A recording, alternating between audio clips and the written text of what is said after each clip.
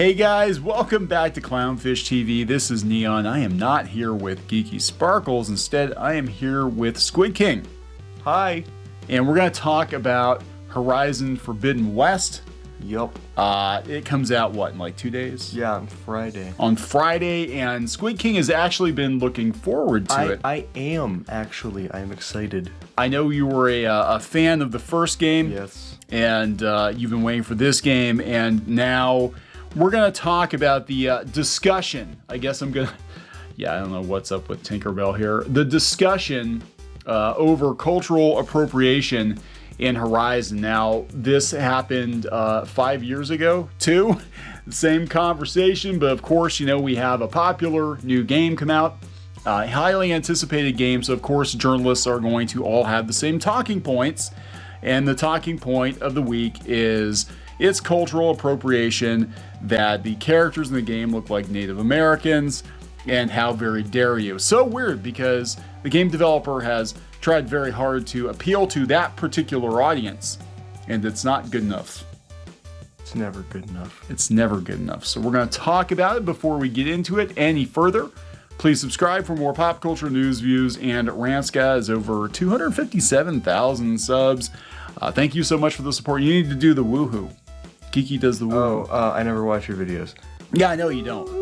Was that good? Was that Yeah, accurate? that's good enough. Yeah, SquidKing, you can check him out on Clownfish Gaming on the Clownfish Studios channel. No, he doesn't watch our videos. No. You're very lucky. Wow, really? I have to listen to you all day normally, so any more than I have to is like masochism. Yeah, I'm sorry. I'm sorry. Yeah, he doesn't watch our videos. That's okay. So yeah, I'm gonna give a hat tip to Sophia Narwitz here. Discord mod? Hat tip? Hat tip. Hat tip. Good lord. Tip in the hat. Tip in the hat to Sophia. Yeah, lots of journalists, Kotaku, talking about the cultural appropriation. This is coming from Kotaku. To be clear, they said, that said, unless an explanation totally passed me by, Forbidden West never addresses why many characters wear outfits reminiscent of traditional Native American clothing. A point of contention for some in the wake of Zero Dawn. So I'm just gonna take a wild, guess here. Yeah. And say that because humanity was reset, potential spoilers for the Horizon games, just in case, catch all for both of them. Yeah. Humanity got reset, okay? So it isn't that egregious to think that they would go back to wearing simple, relatively easy living off the land type clothing. You know what I mean? You would think. Are they really just using a little bit of critical thinking here? No, don't do I know, that. I see Kotaku in the corner, and I know that's not allowed. All the savior stuff, given that Aloy is white and so many characters in Horizon, both roles crucial and secondary, are people of color. Yeah, it's weird. Due to those aforementioned embargo restrictions, which are so extensive as to bar me from mentioning a character who is literally in one of the trailers, I can't get into detail here.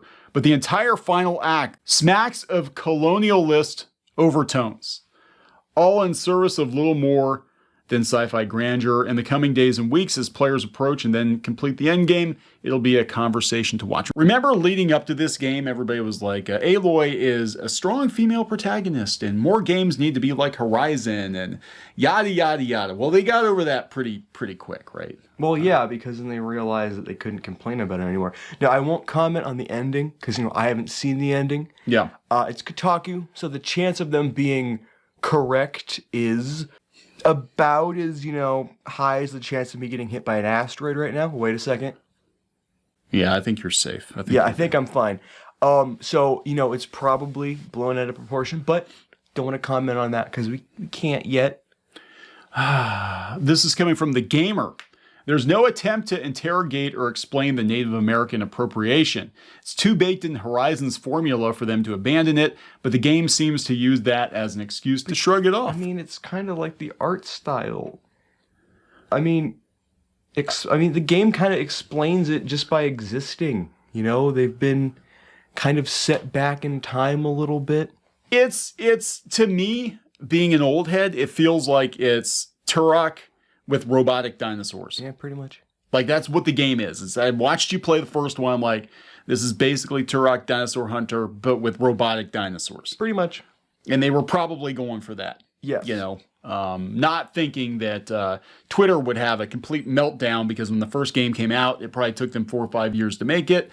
You know, they would have started around 2012, 2013, came out in 2017. Things were just starting to get weird.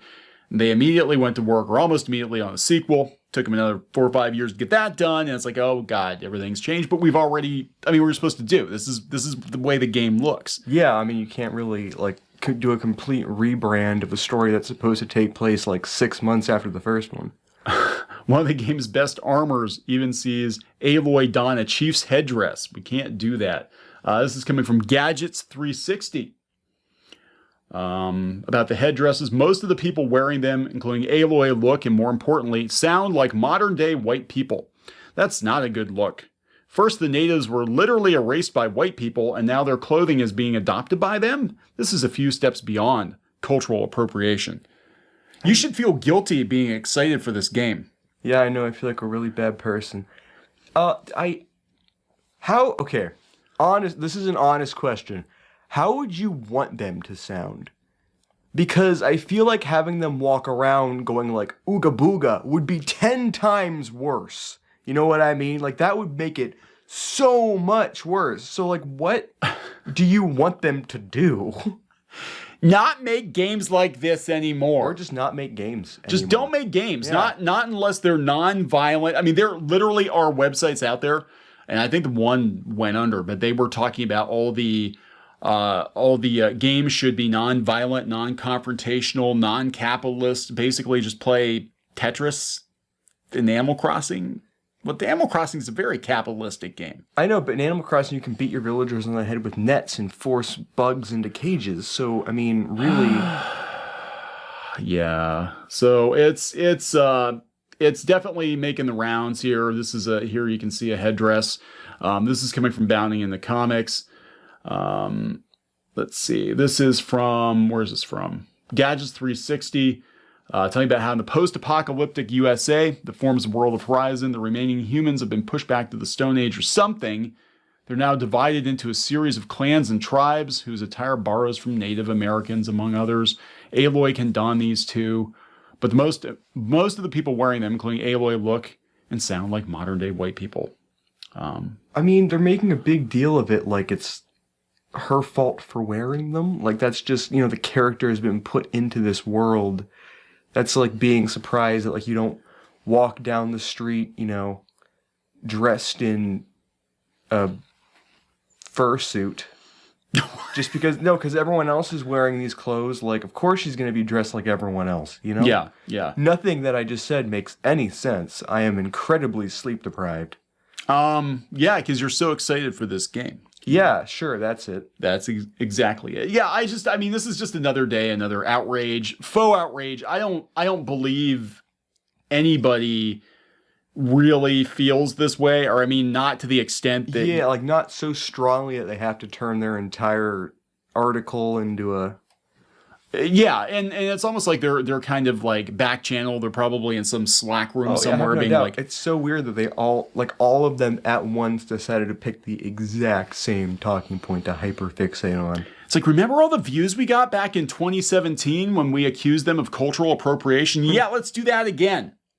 Let's do that again. I mean, it works, clearly. I mean, that was like, you know, Geeky and I were talking about with The Last Jedi. We were like, you know, why are they talking about The Last Jedi again all of a sudden? Oh, because they got all kinds of hits in 2017 talking about The Last Jedi. And you read these articles and you're like, nobody actually believes this, let alone a whole bunch of nobodies actively espousing almost the exact same article across multiple platforms. Yeah. They're trying to shame the company into... you know, just stopping, I think. I don't know what else to say. It's like, stop. I would like to take a moment to point out here, too, that this article mentions it right here, saying that Aloy's look is more inspired by, like, Viking attire. Yeah, yeah. But even beyond that, all the articles, you know, basically said that it's copy-pasting strictly from Native American cultures, but, like, other cultures exist with similar attire. Like, do they not... Oh well, they don't get as many hate clicks. For that. Well, these journos don't get out much. They basically sit on Twitter all day and talk about video games they don't actually play, or have no intention of playing. Play the first 10 minutes and they're like, "Yep, that's enough." Oh my God, I'm so offended. I'm so offended.